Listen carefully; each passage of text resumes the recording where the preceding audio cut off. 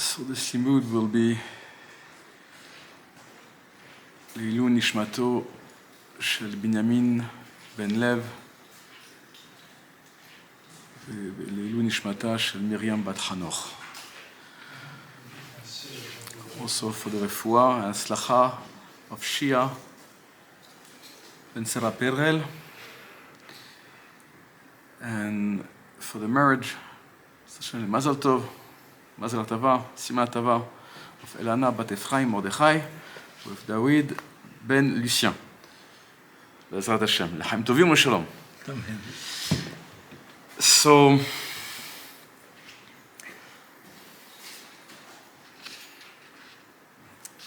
what can I say?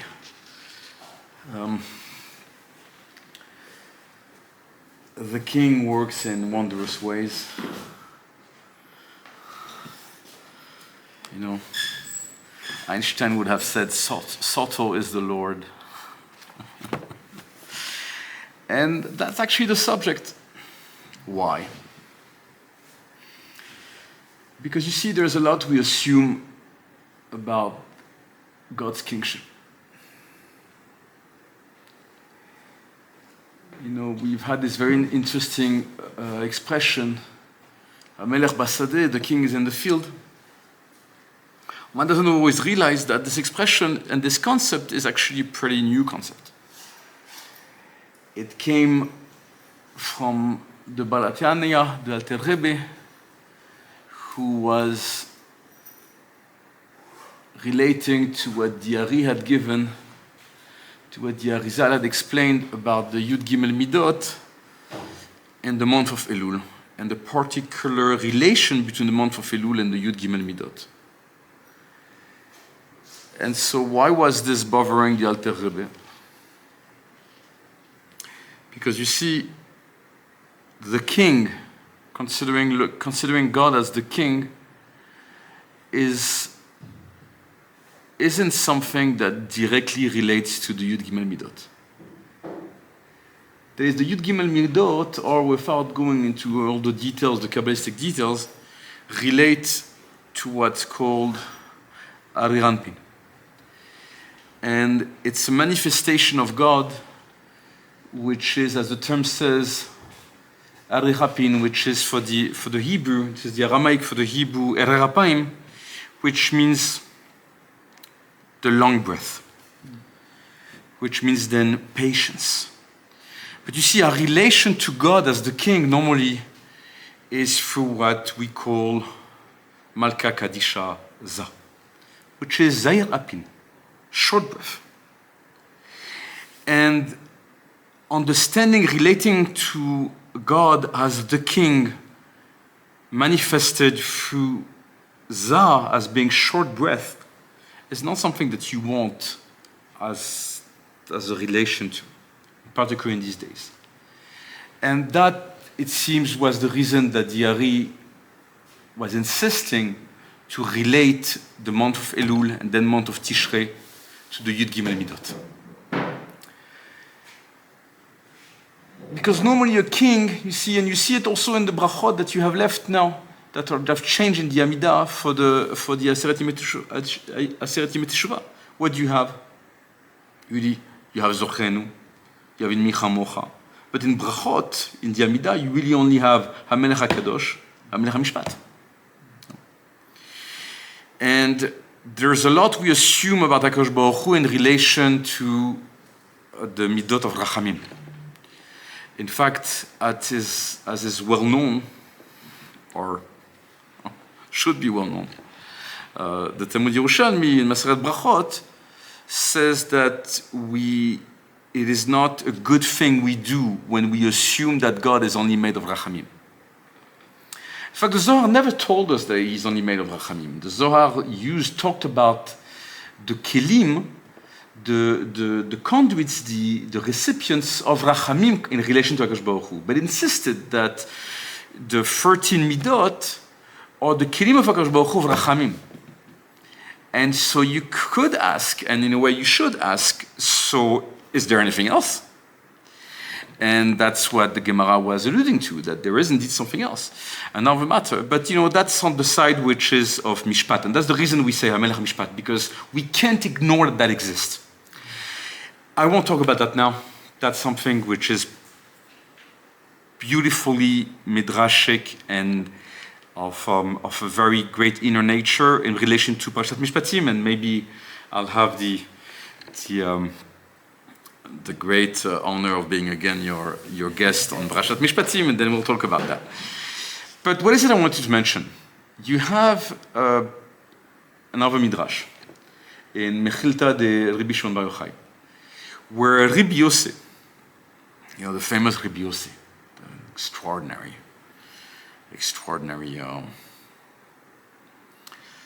sage, the most of the world, let's put it on the eastern part of the world, celebrates something that in the middle of the summer, or like the beginning of the summer, that people call Guru Purnima, which is called the full moon of the master, of the Guru. And my master gave me this awareness, which was an amazing awareness, that point which corresponds actually in our calendar in 2 Tammuz, so the full moon of the month of Tammuz, corresponds to the Askara and the passing of Rabbi Yossi. And he really is this extraordinary master. And he said he had this teaching which has not been taken much out of the Midrash, unfortunately, which said that if only our people had said Hashem Melech L'Olam Wa'ed at the point of Kriyat Yam Suf, because what did we say? Did we say Hashem Melech? No, we didn't say. We said Hashem Yimloch.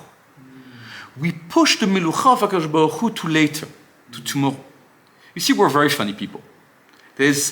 At that point, we had full awareness that we're not accepting God's kingship now. We were pushing it to tomorrow. We were saying, we're fine that God is king, but as a question of kingship, we'll push it for tomorrow because it entails too much.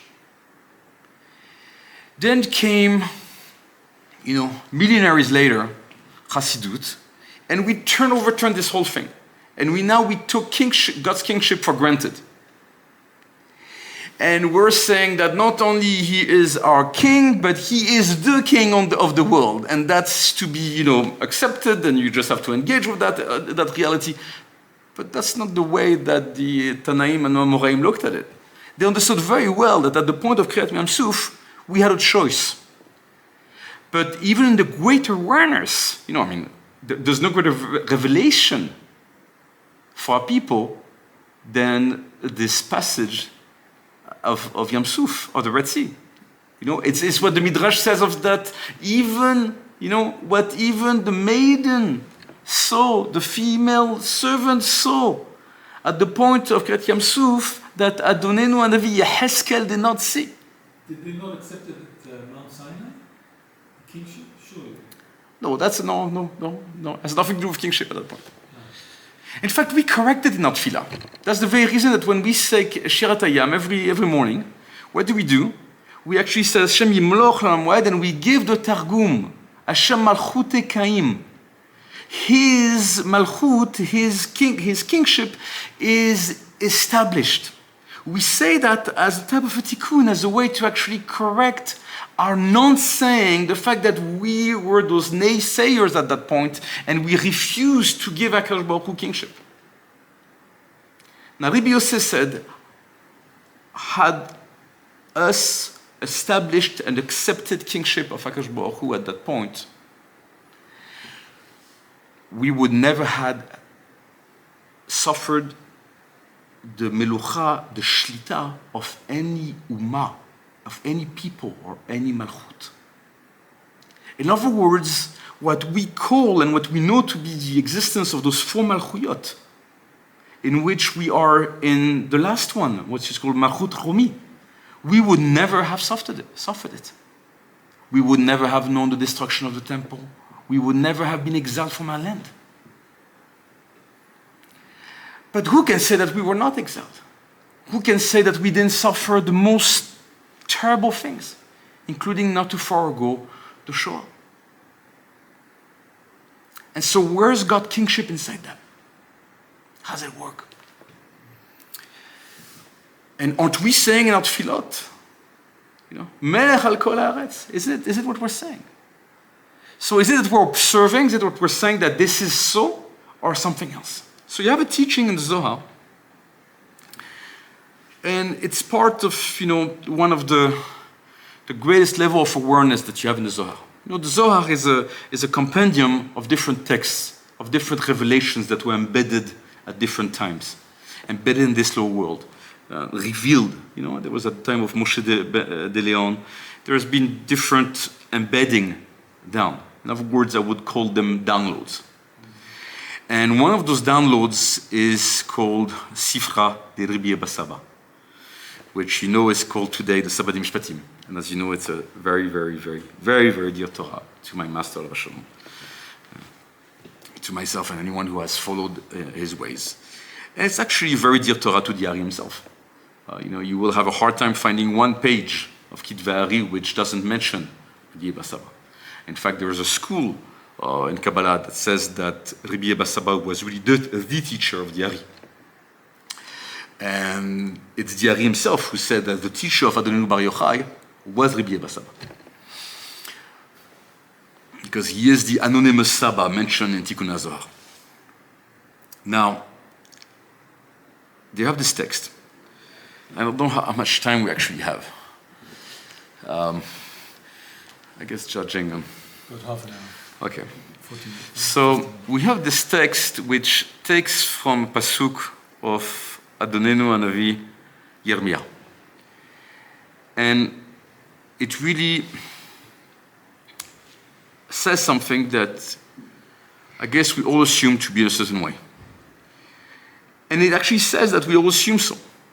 And this pasuk is Mi lo yira'acha melech hagoyim ki lecha ya'ata v'gomer. It says, who will not fear you, king of the nations, because to you belongs, and then a number of characteristics. And that's what we think it is. And it says, Kama inun bnei nasha be'alma. It says, how many men in this world, deka mishtabshan behai kera, who actually have, this pasuk being used by them, kulehu amre, they all say it, but they are saying something wrong about it. What is it? This, aval kerada la ityasha bepumayo. This pasuk doesn't come out straight from their mouth. Wechi kudesha berechu melech agoyim yehu. Is Akash Baruch Hu actually king of the nations? Halo melech Israel yehu. Isn't he more king of Israel? And that's how he's being called. The haketiv be'anhel elyon goim. In the inheritance of the supernal one. Urtiv ki halek Hashem amo, because the part of Hashem is his people. Again, very important to realize, it's not written that the part of his people is God. We assume a lot about what about God belongs to us. But the only thing we can assume is that we belong to God. Well, al da ikre melech Israel, isn't that what we teach, what we say the whole time? The Zohar says that. I have to say that unfortunately with centuries that have passed, we have said a bit more. And that's what is alluded to here. He says, if you say that he is actually the king of the nations, it's actually a praise for the nations that you say that Akash Baruch Hu would be king on them.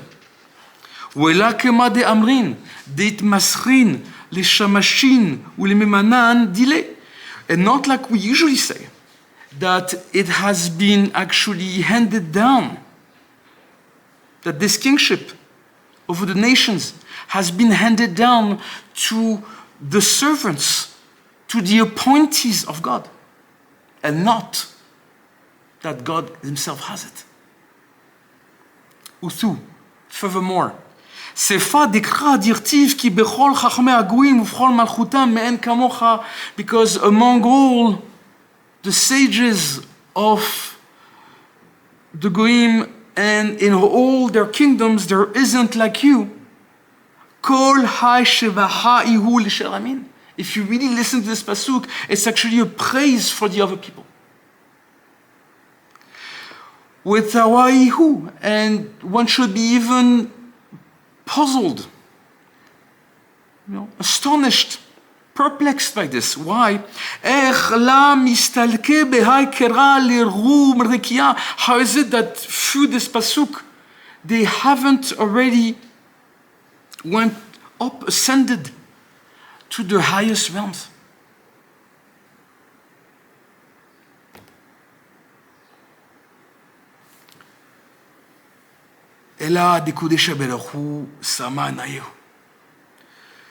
More that HaKadosh Baruch Hu has actually blinded their eyes. For most of them. And they don't know of him. They don't know about him the slightest thing.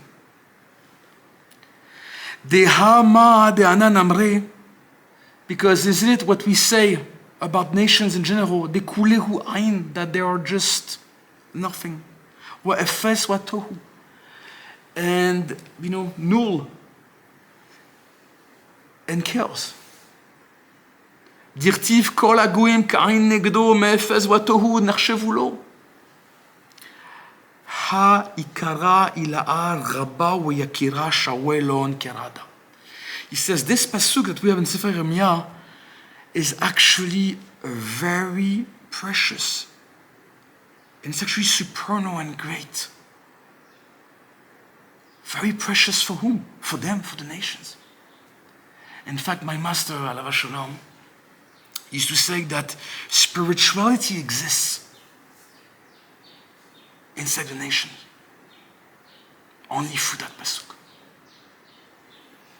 That is, this pasuk, those words expressed from the mouth of Adonai Hanavi Yirmiyah, is actually what gives them a bit of grasp to the spiritual. Amar li Rabbi Chia.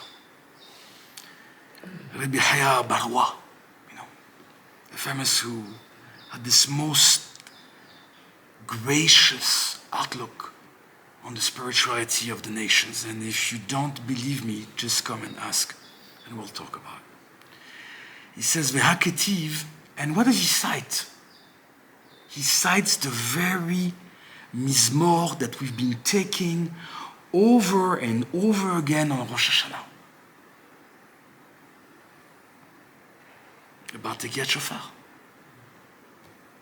The famous mizmor Mem Zayin. Malach Elohim al Goyim.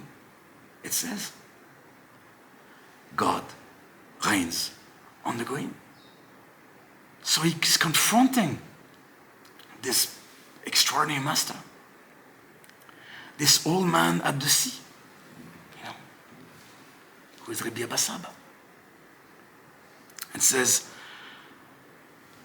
Ana Hamena. Who says? The Saba, the old man at the sea. He says, Ana Hamena, Devatar Kutlayehu Awet. I see that you are actually behind their wall. You see, just like we have in Shir HaShirim, where the Shekhinah looks at us, and through the little gaps in this wall that separates us from our lower reality to the higher reality. In this dualist understanding of the world where God has his abode and we have ours. Where from the transcendence of God, the Shekhinah looks and watches on us. But Rabbi Abba Saba says Rabbi Chia has the same function, but he has this function to the nations. So see now, in the spirituality of the nations, they have not only an extraordinary pasuk, but they have an extraordinary Amorah, Rabbi Chia Barwa, who watches on them. He says, "V'nafkat behakera l'saya alon," and you've been watching on them to help them with this pasuk. It's beautiful to see that the Zohar can have this generosity towards the nations about their own spirituality.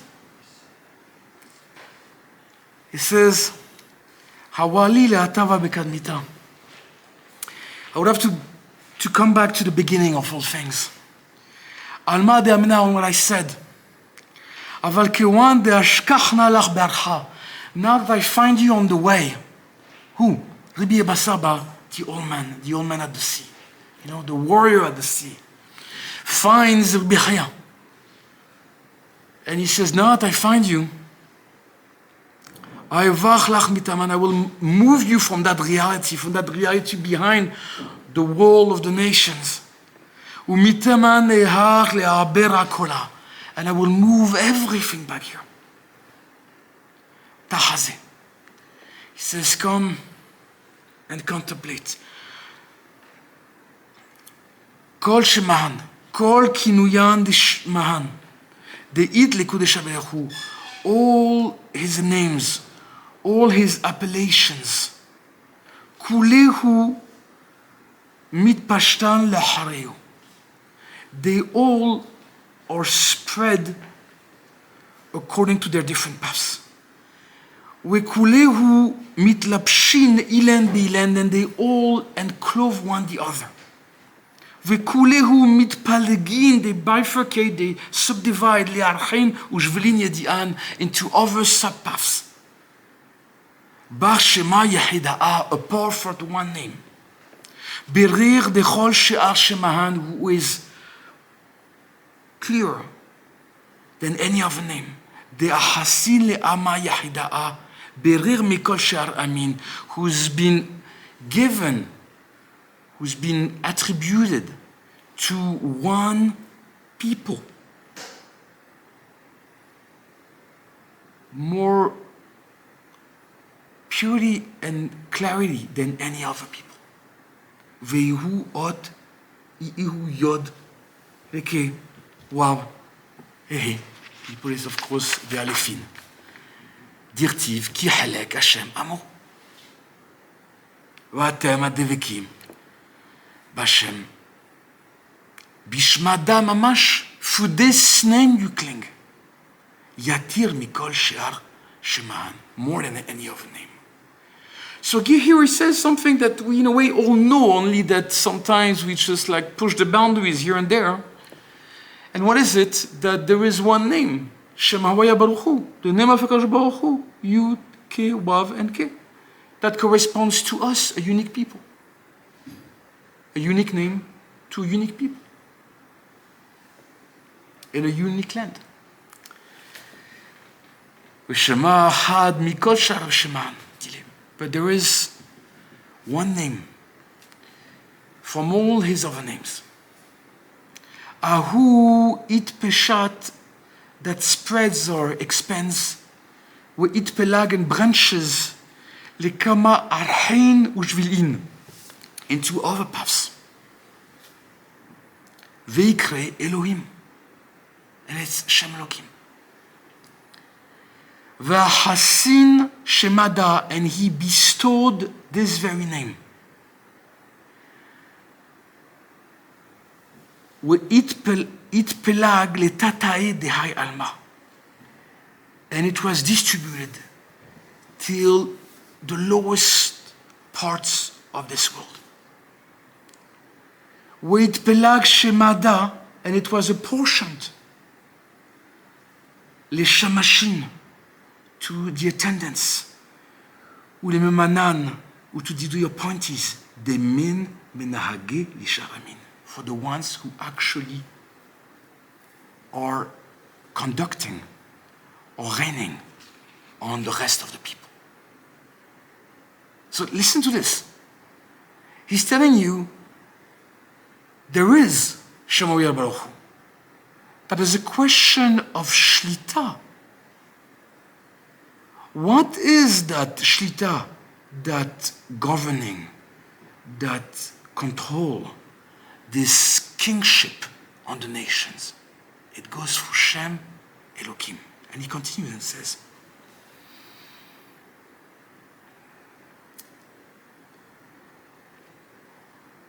Bishmada Keilan. He says, all of these appointees, those angels, those sarim that are over the nations, they are all included in the name Shem Elokim. Shem Elokim. Afilu Avodah Zarah.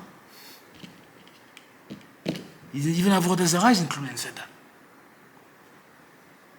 That's why it's called Elokim Harim. Bishmada Ikre. Through that name it's called. Ushmada Malach al Goyim. And this is this name that reigns on the Goyim. And he says, Vela hahu shema da hahu de Malach al Israel. And not the name which reigns on Israel.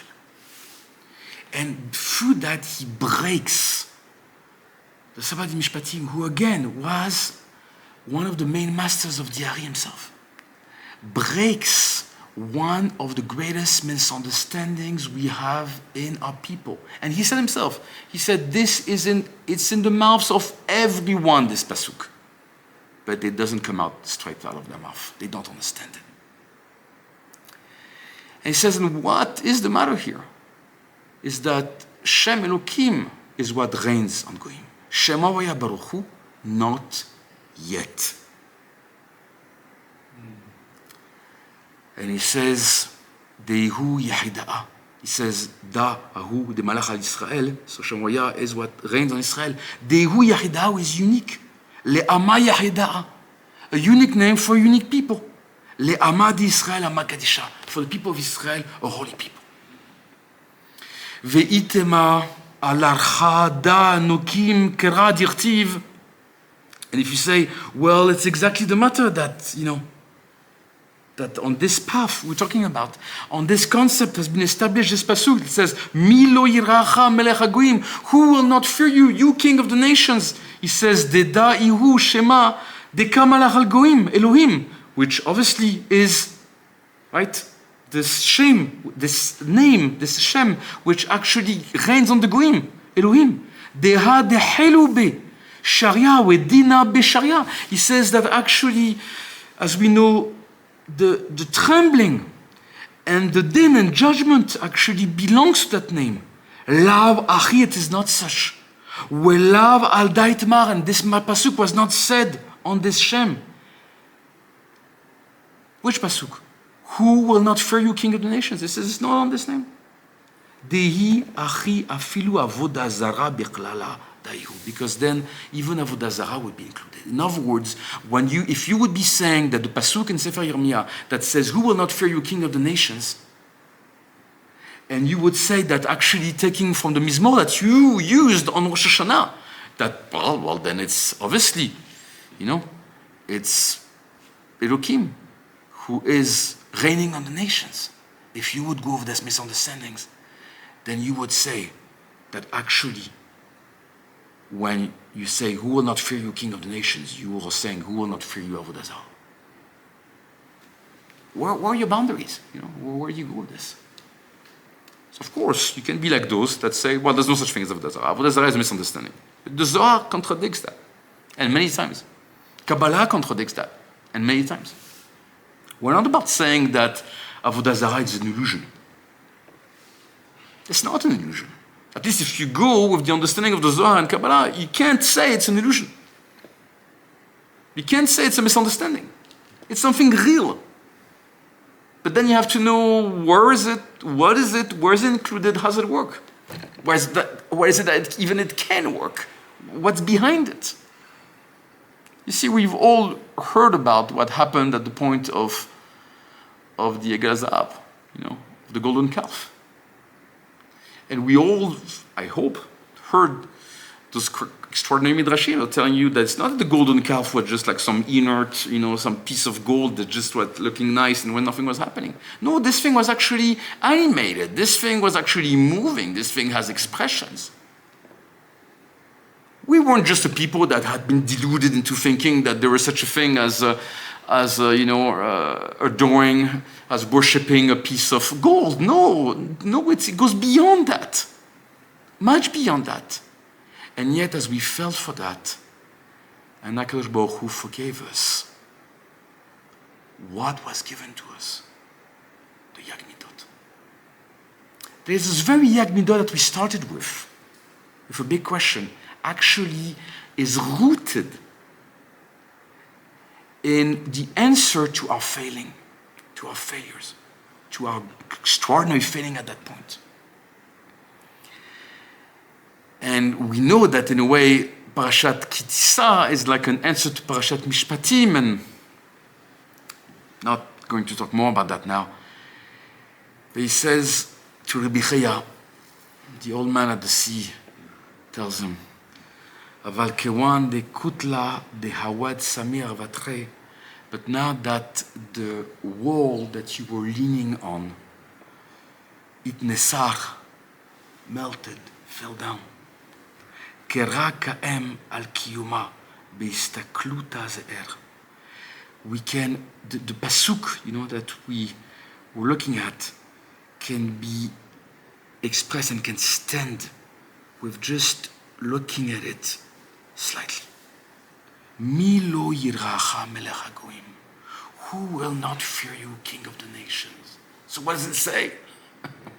What is it supposed to say?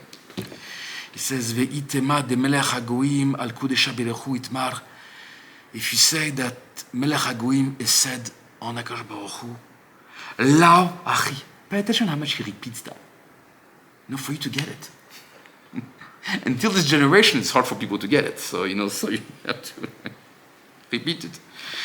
He says, it is not said on HaKadosh Baruch Hu, Ela man hu melech hagoyim de la yiracha. But the pasuk has this little twist. Is to say, who is this king of the nations who will not fear you?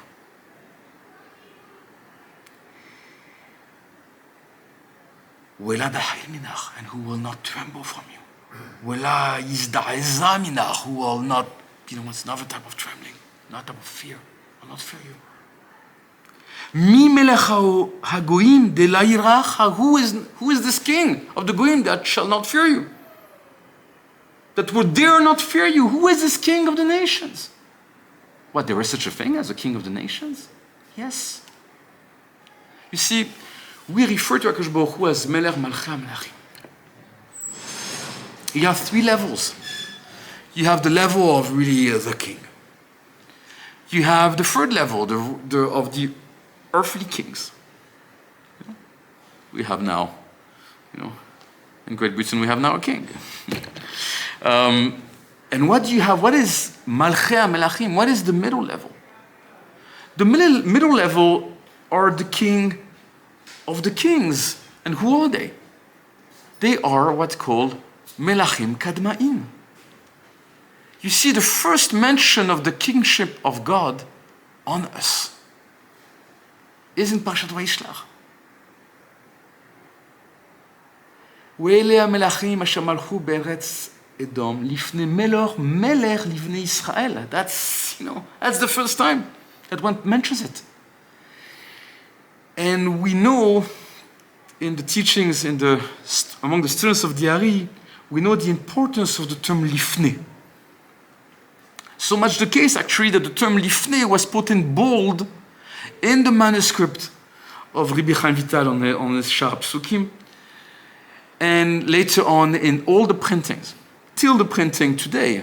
If people that respect the original printing, that's what they do. They have lifnei in bold. Why? To say that actually there is the milucha of HaKadosh Baruch Hu. But that milucha passes through us. When was this kingship established, by the way? That was established at the point of Kiryat Yam Suf. Yet, we ourselves know it was established at the moment we pushed it for tomorrow. Right? And so not only we add the Targum when we read Shirat Hayam, when we engage with Shirat Hayam, It's something should be very contemplative. Shirat Hayam is full of secrets. It's an extraordinary subject matter. One of the greatest secrets, by the way, of Shirat Hayam is what Miriam and Divyam herself took back, of saying, Ki garo gara, because he is proud. In other words, establishing the fact that the real understanding of God is not a God in humility. It's not a humble God. It's the proud.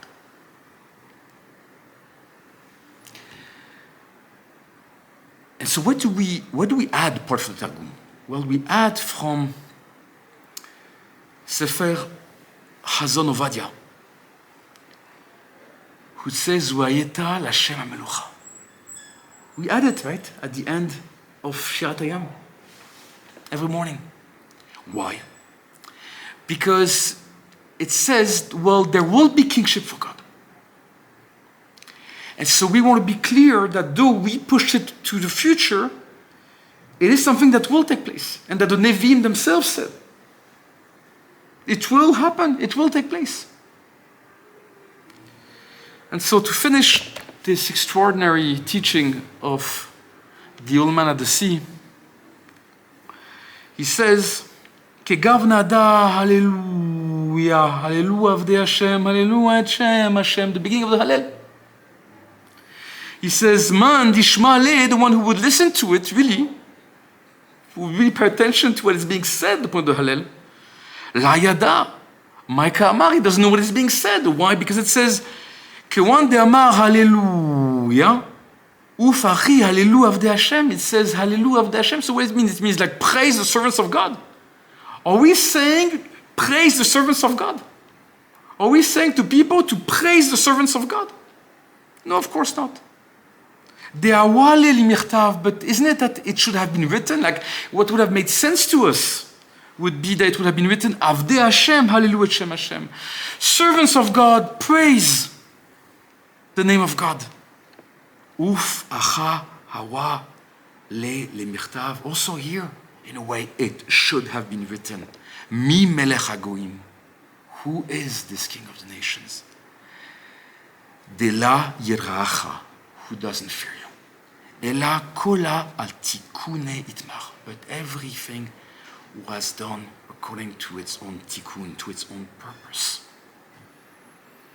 Now, so what is it we say on those tefillot? No. One problem that we have on many things, including on a principle like ein od milevado, is that we think that things that are being said by our sages about HaKadosh Baruch Hu are necessarily, I would call them principial. There are the principles about who is God and what is God and how things are. And we forget that the very teaching in the Gemara, for example, on Ein Od Milevado,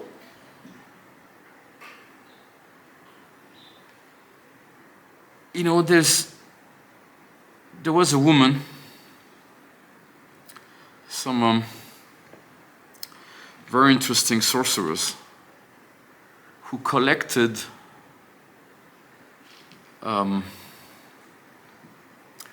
dust after Rav Hanina's step. And after Rav Hanina's step, collecting dust, the students of Rav Hanina were worried for Rav Hanina.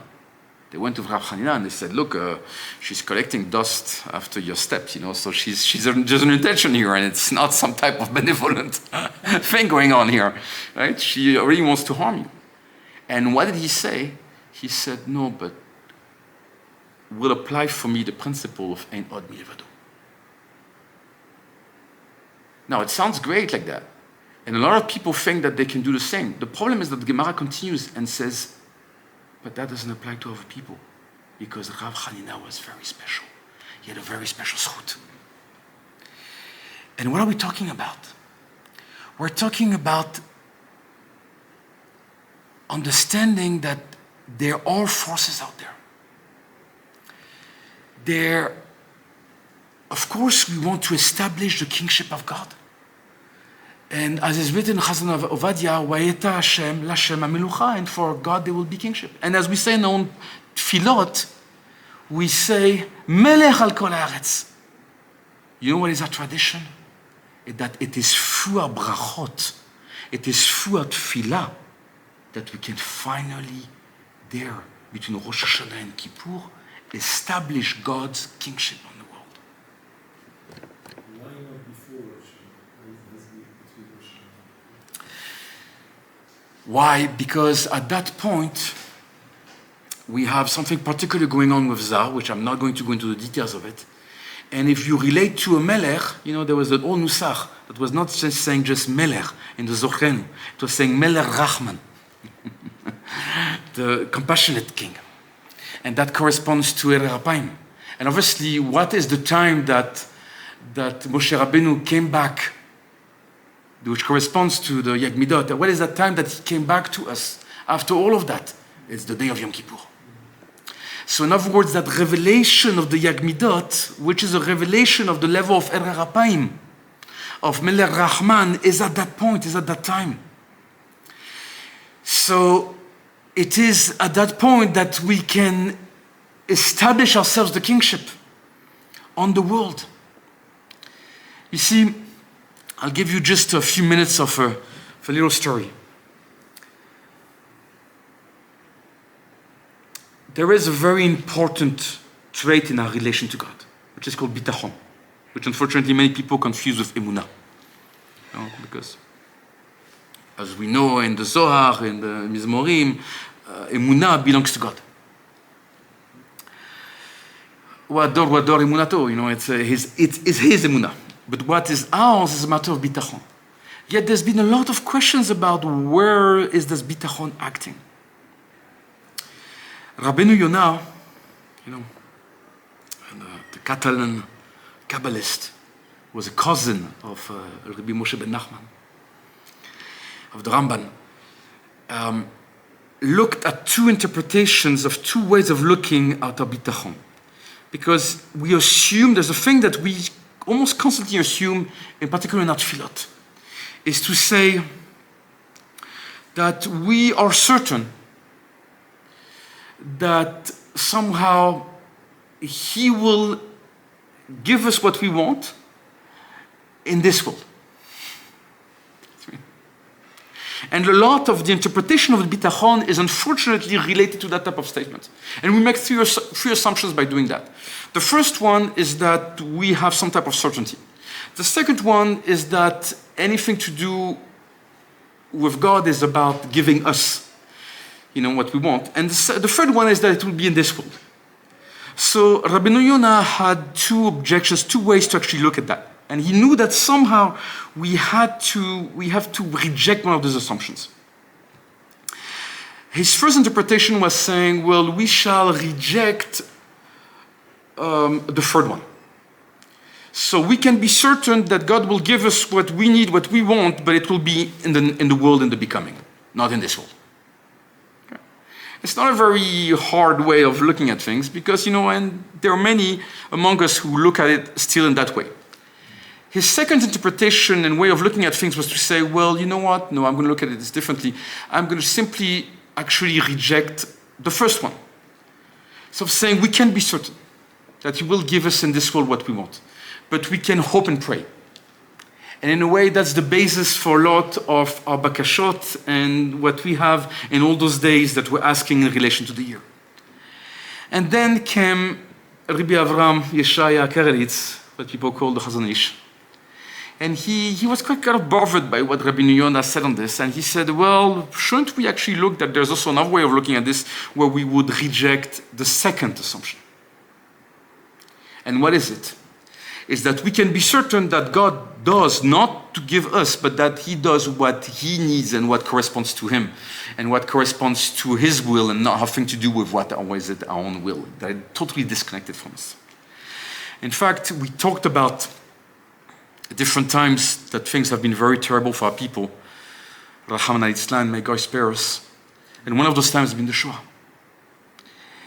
And we can and we should actually question how things took place, you know. And without taking you into a famous teaching of one of the students of the Ari, which was dependent on the last daf of Maseret Gittin, and beautiful things about the different decrees, the good and the bad decrees, and how pushing them away. And by the way, that's one of the parts of the avodah of Rosh Hashanah and Kippur, is actually to meditate and see of the things that have been decreed, that are harsh decrees, that are even bad decrees, and to basically ask HaKadosh Baruch Hu and ask Ein Sof Baruch Hu to actually keep it upstairs. Keep it somewhere in one of the walls upstairs, but not to bring it down. And you see, we talked about the Chazon Ish who was rejecting the second assumption. The Chazon Ish lived throughout the time of the Shoah. And at the end, at the liberation of the camps, it is known that only at that point, his students and his family made him aware that something took place. I'm not going to go into the matters about, why is it that he couldn't by himself be aware inside his learning that something was taking place for his own people, but they made him aware. And he became very upset at them. And he said, had I been aware, not one man would have been lost. And many take it till today as the matter of, look, there is the learning of Torah, and you should know to engage with the learning of Torah as a way to protect for our people. But I'm going to tell you of someone who was aware. And it was the Khamfetaya, Rabbi Yehuda Moshe Fetaya. And in 1942, just as Rommel was about to come closer to this land, and he came as far as Libya, the Khamfetaya requested to be going on a plane of the Royal Air Force of the UK. And he went and he circled the whole of the land of Israel, meditating on the Ketoat and on allowing this melucha of HaKadosh Baruch Hu at our level in our land for unique people in a unique land. And as we know, on the 27th of Av of the same year, in the middle of the summer, he passed away. But when he came down from the plane, he told his family and his students,